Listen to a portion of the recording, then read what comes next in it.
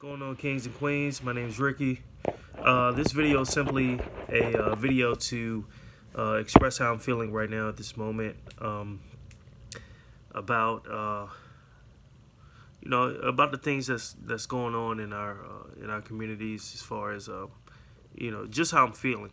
Not about the particular issues, because I know everybody's going to probably trying to be a scholar on this, but this is my own personal feelings. Okay. I am a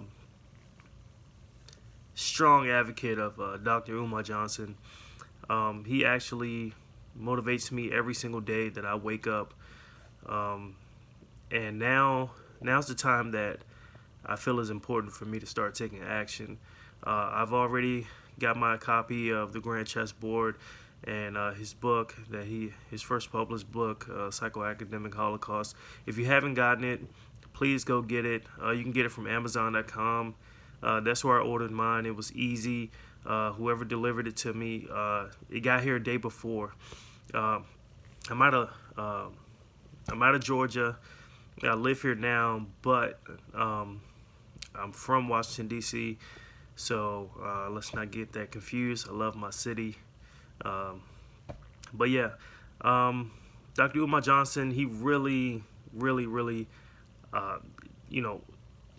specifies how he feels towards us as a people, and I feel like it is our duty to continue to support him, in a manner in which we need to start hitting the streets too.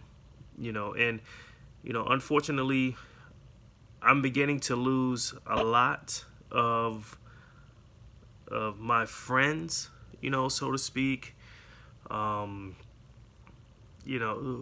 are non-African, and it's a painful process, especially when you've been friends with them for so long, and they just don't understand you, so they'll rather walk away out of your life, and that's fine.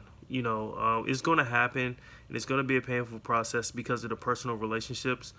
But you got to understand one thing, that Dr. Umar Johnson stresses. All white people are racist. That's rule number one about racism. You can't get it confused. And it's not to say that all white people hate black people or any other people, or any other of those folks who have a different sexual preference or anything like that. He's simply saying that systematically, they all benefit from the system that suppresses us, and it's that simple. And we can't lose focus of that, because I see a lot of black people around here, well, excuse me, a lot of African people around here talking about stop blaming the white man for this, stop blaming them for that. I mean, how could we possibly not blame them for it when we don't have any infrastructure at all, when we don't own anything at all?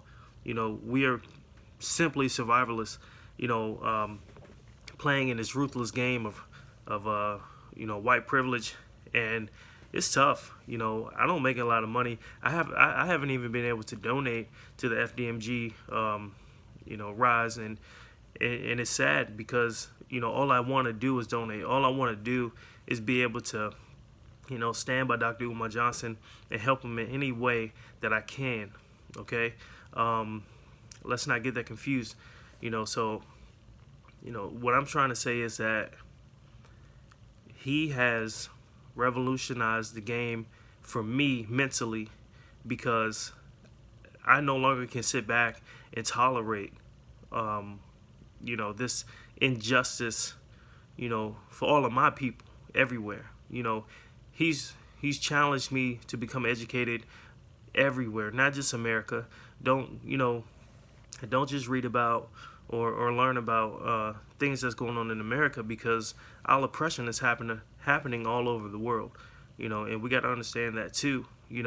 Just because you're an African American doesn't mean that your brother or your sister over in Europe is getting treated better than you are here. Trust me, they're not. The system is still oppressing them just as much as it's oppressing you here. Okay. And again, I said I'm out of Georgia. I'm from D.C.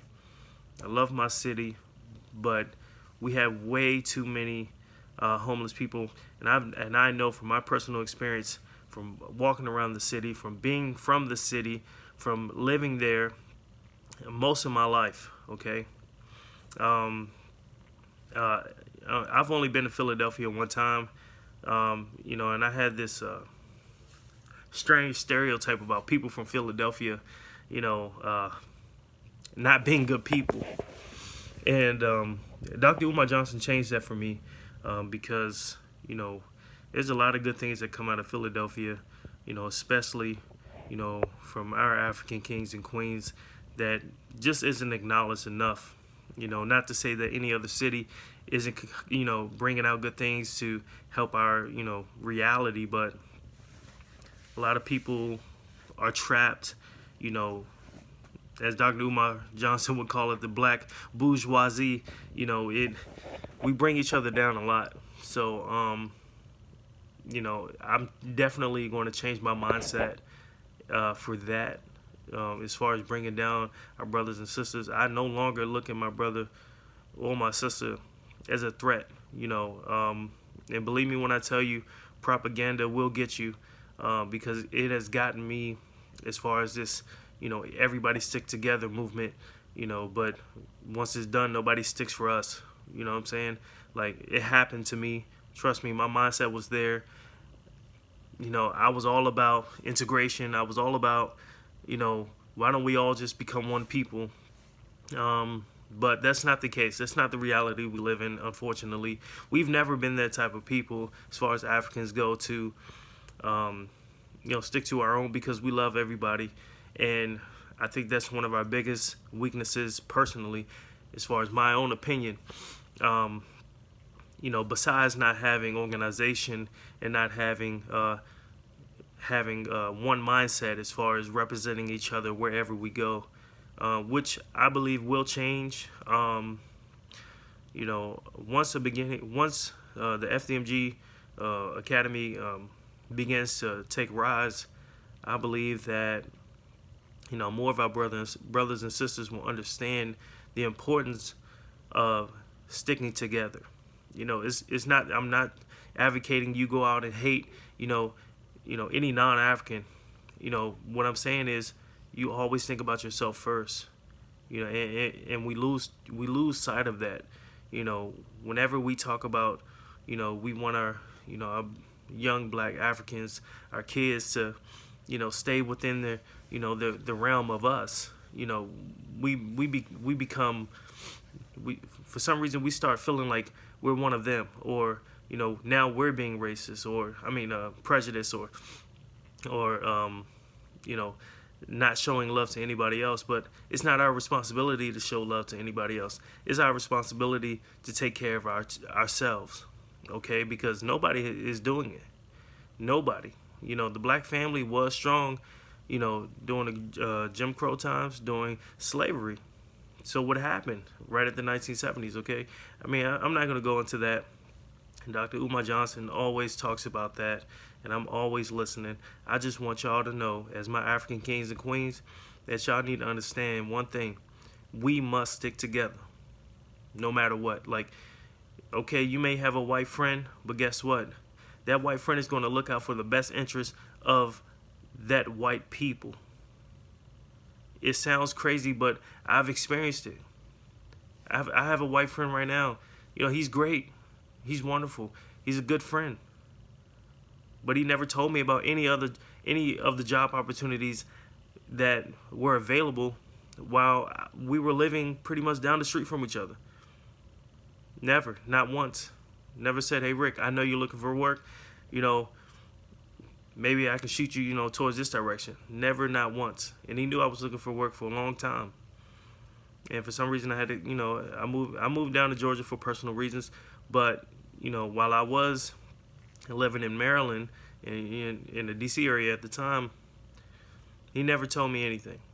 So we got to be careful as far as, separating personal relationships with the true premise of why we stick together.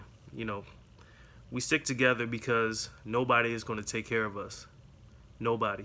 We have to do it on our own, and if we don't, we're going to fail together. You know, poor planning, is definitely is going to be the result of a failed mission for Africans, like you and I, or even those who aren't African, who's listening to this message right now. Um, nothing has to do with you. Okay, it's not being disrespectful to you. It's not. I'm not, trying to say that I hate your kind or anything, because I grew up in a very diverse area, and the high school I went to was very diverse. So, I never saw, color, as they say. It's all about culture. Us as Africans, we got to build our culture back, and we got to, touch roots with who we really are, and stop trying to put this multiracial label on us, and just accept yourself for who you really are. Because at the end of the day, before you open your mouth, whether you're Jamaican, whether you're Latino, if you have melanin in your skin tone, you will always be African or black to some non-Africans. Okay? So at the end of the day, love yourself, love each other, okay? First and foremost, be for each other first. Always be for the group prior to yourself. And it's easy to say, I know, but at the end of the day, you have to make that decision in order for us to prosper.